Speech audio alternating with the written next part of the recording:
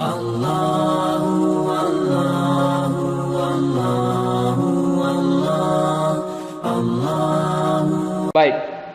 Batas waktu sahur, imsak atau azan subuh. Imsak ini artinya menahan. Ya. Jadi imsak itu artinya menahan, menahan dari hal-hal yang membatalkan puasa. Makan, minum, ya termasuk dari hubungan suami istri. Ya. Dan puasa itu dimulai dari terbitnya fajar.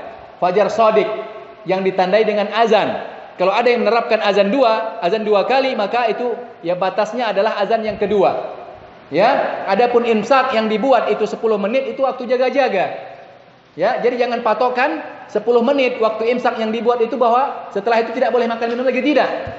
Ya, adapun Anda setelah imsak tidak mau makan tapi bukan mengatakan itu tidak itu adalah haram memakan, tidak, silahkan.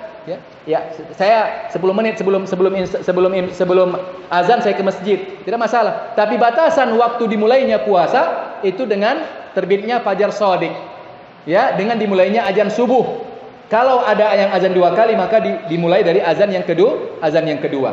Ya, adapun waktu yang biasa dibentuk dengan namanya imsak 10 menit atau 5 menit sebelum azan, maka itu bukan batasannya. Ya, jadi puasa itu dimulai dari kapan? Terbitnya fajar shadiq. Dimulai dari azan subuh. Ya, masuknya waktu salat subuh. Jadi kalau memang ada waktu imsak 10 menit sebelum azan subuh itu, maka masih boleh makan.